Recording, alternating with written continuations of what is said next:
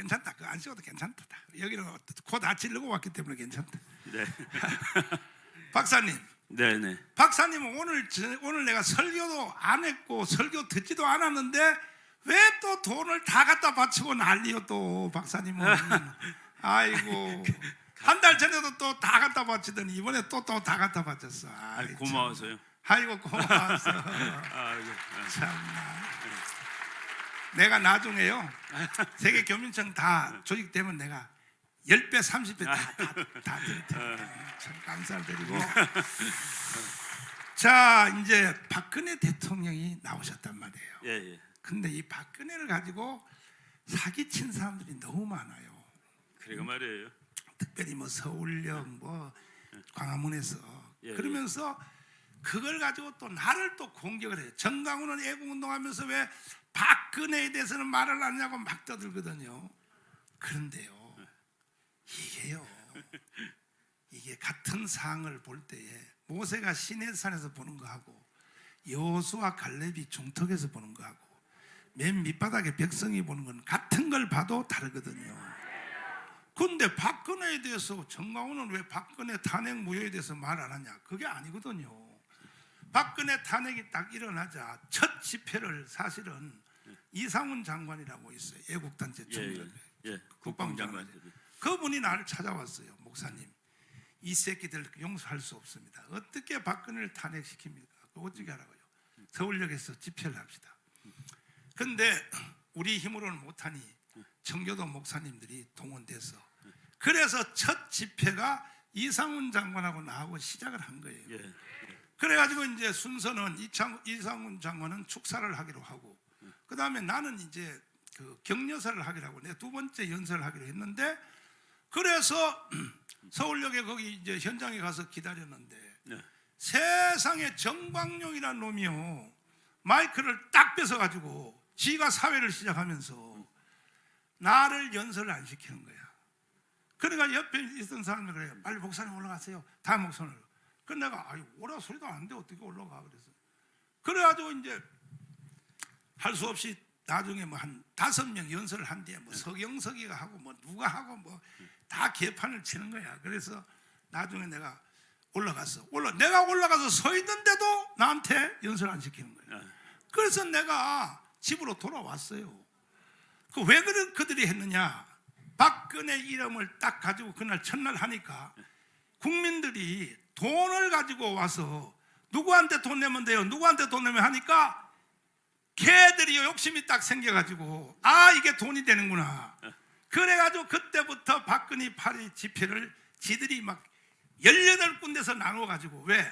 그날 첫날 돈이 보였기 때문에 국민들이 열받아가지고요 탄핵 무효 이걸 누구한테 돈 내면 되냐고 누구한테 돈 내면 국민들이 하니까 그래가지고 18군데로 나눠가지고 떠들어댄 거야. 그래서 내가 보고 이야 저놈들 진짜 박근혜 탄핵에 대해서 그렇게 정말로 니들이 원했냐 말이야. 그래가지고 우리는 또 우리대로 여기 저 교보문고 옆에서 우리가 1년을 했어요. 1년 했는데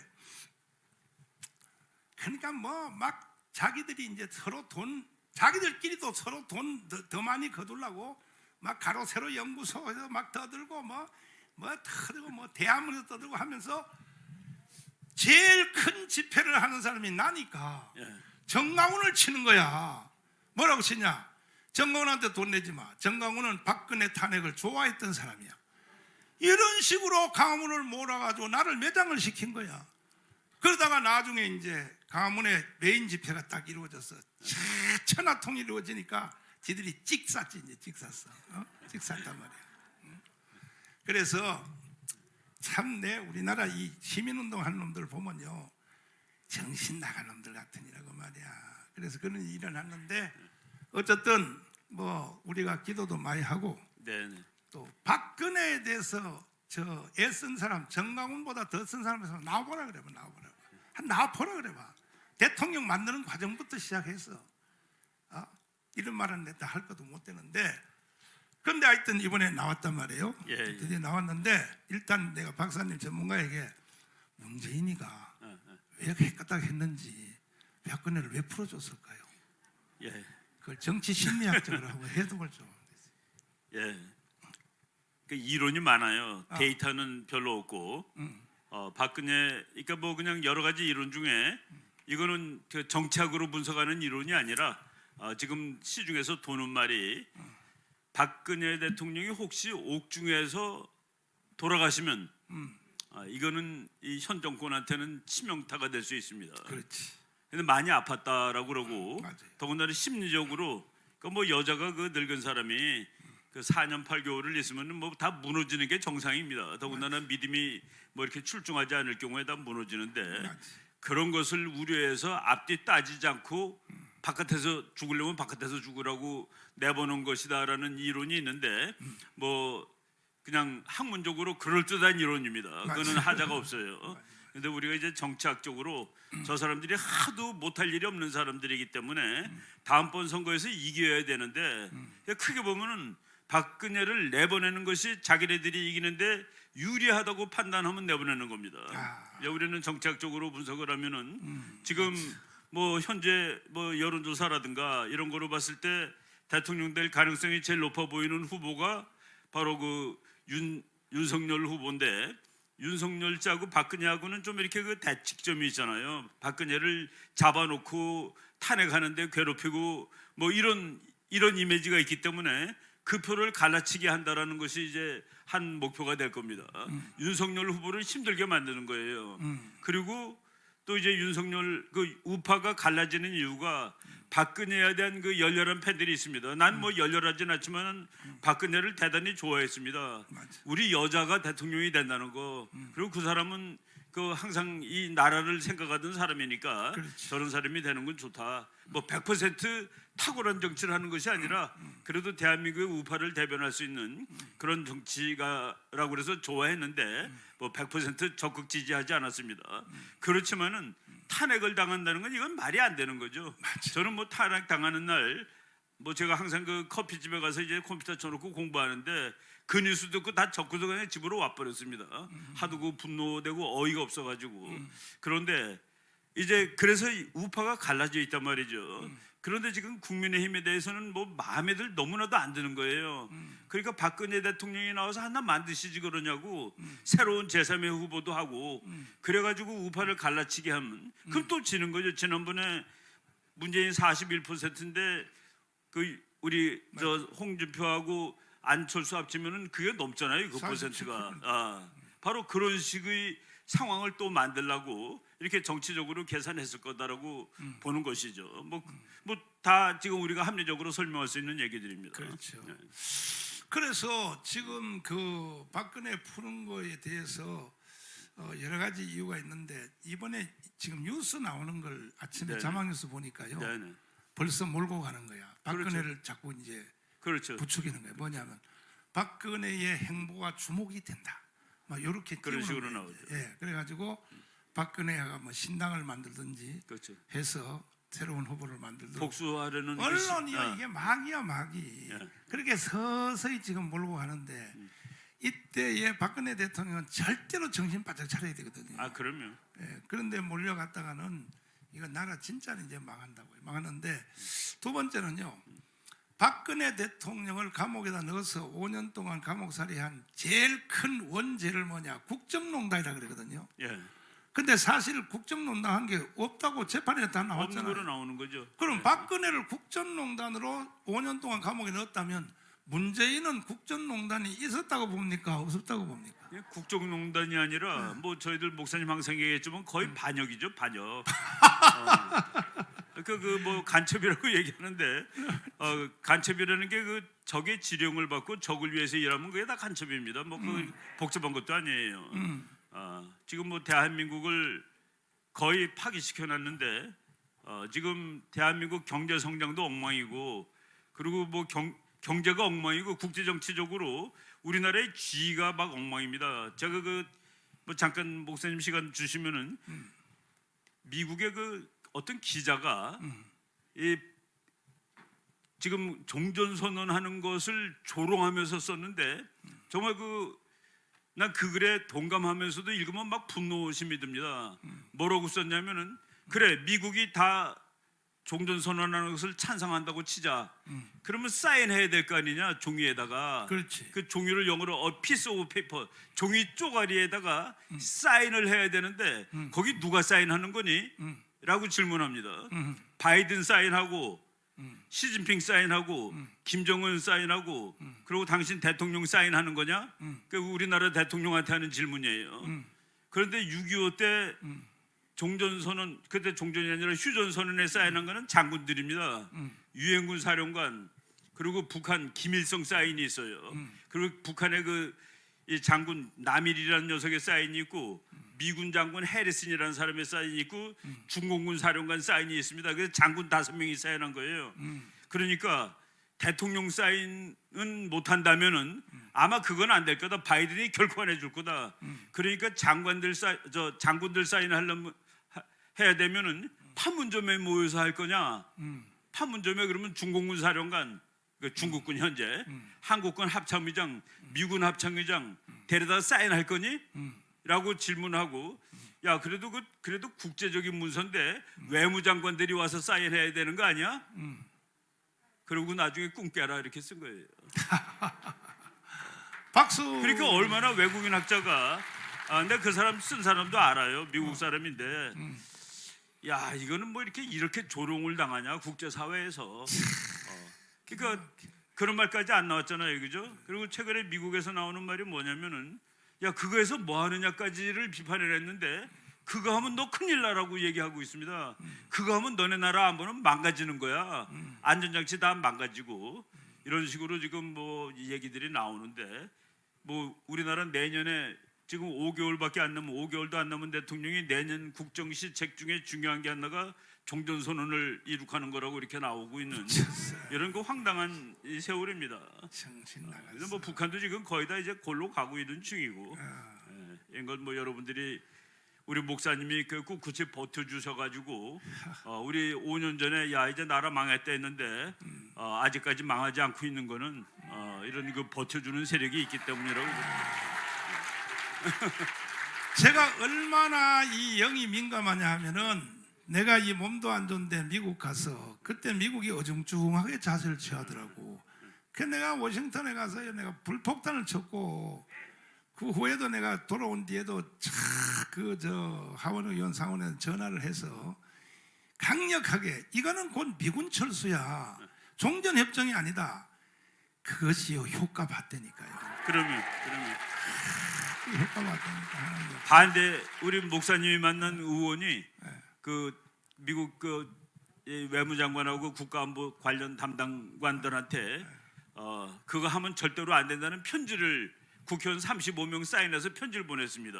그래서 그거 안 되게 됐고, 그리고 이제 한반도 평화법이라고 미국의 좌파 의원들, 미국 이제 좌파 민주당의 좌파들이 있습니다. 그 사람들이 위주로서 한 것은 이제 회기내 그 심사도 안 되고 내년으로 넘어갔습니다. 아마 안 될 거예요. 이렇게 넘어간 상황이고. 가보니까 문재인이가 2년 동안 워싱턴에 사무실도 넣고 천문학적 돈을 퍼부어서 사인 받은 게 21명이야. 맞아요. 21명인데 나는요 2주일 동안 한 바퀴 돌고 왔는데 35명. 그리고 그 영김하원 의원은 공개적으로 이제 허락을 해줘서 자기를 만났다 뭐 얘기했다, 그걸 공개적으로 방송해도 된다 해서 허락을 받아서 하고, 다른 사람들요, 상원의원 있는 사람들은, 정치가들은요 그걸 공개를 못하게 해서 내가 지금 말을 못하는 거야. 그러니까는 내가 가서 그 한 말이 엄청 파장이 커져가지고 미 국방성에서요 평택에 나를 만나러 왔다니까요. 그 때문에 만나러 와서 내가 만나가지고 다 설명을 다 했어요. 왜 이런 일이 일어나는 거에 대하여. 미국도 70년이 지나가 보니까 미국의 정치 전문가, 군사 전문가들도 한반도 사태의 근원에 대해서 잘 몰라요. 벌써 왔다 갔다 해요. 그거 반드시 깨워야 되고, 제일 중요한 것은 우리나라 국민들이야. 우리나라 국민들이요 역사적으로 48년도 그때도 우리나라 국민들이 박헌영 남노당에 편든 사람이 78%였었다니까 국민들이. 근데 이승만이가 그걸 다 거꾸로 뒤엎은 거야. 할렐루야. 아멘. 또 국민들이 지금 또 그 짓을 하는 거예요. 또 국민들이 정신 똑바로 차려야 돼요. 국민들은. 그래서 우리는 반드시 이겨야 됩니다. 나를 지켜내야 됩니다. 네. 자, 우리 박사님께 감사. 네. 제가 우리 목사님 말씀하시는 걸 듣고 이 사소한 걸 시비 거는 사람들이 되게 많아요. 그리고 너는 나가서 왜 목사님 조그맣게 틀리게 얘기한 거 다 안 고쳐주느냐 그러는데 저는 목사님이 나가는 방향이 맞고 그 도덕이 맞기 때문에 지금 여기서 논문 심사하는 중이 아닙니다. 그렇지. 지금 오늘 우리 목사님이 말씀하신 것 중에 우리 학자라면은 다시 살펴보고 보면 아까 2027년에 한국이 일본을 GDP에서 앞선다. 그게 신문에 나왔을 거예요. 난 그건 안 봤는데. 나왔어요. 근데 우리 목사님은 우리나라가 앞서야 된다는 그 애틋한 마음에 그걸 그냥 그대로 인용을 한 거예요. 그런데 지금 세계에서 돈 제일 많이 버는 나라가 미국, 1년에 22조 7천억 원을 봅니다. 두 번째가 중국이 이건 자기네가 좀 불린 건데 16조 8천억 원을 봅니다. 3등이 일본입니다. 5조 4천억. 그리고 우리나라가 11등인데 우리나라가 1조 8천억입니다. 그러니까 1조 8천억이 5년 만에 5조 4천억이 넘으려면은 매년 20%를 해도 안 됩니다. 그러니까 우리는 딱 보고서 이거는 좀 과장이 있다라고 아는데 우리 목사님은 그렇게 되기를 바라는 애틋한 마음에서 그걸 이용한 거예요.